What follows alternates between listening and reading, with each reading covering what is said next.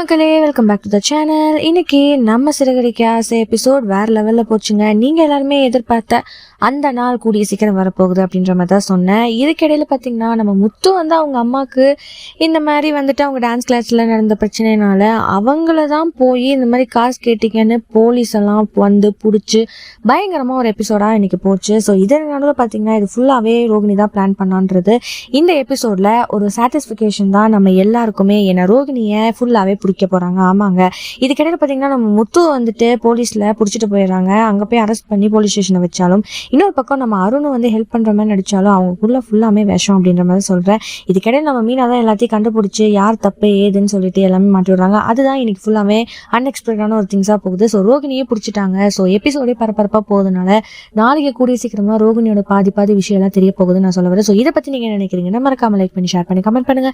அப்படியே சப்ஸ்கிரைப் பண்ணிடுங்க. பாய் பாய்.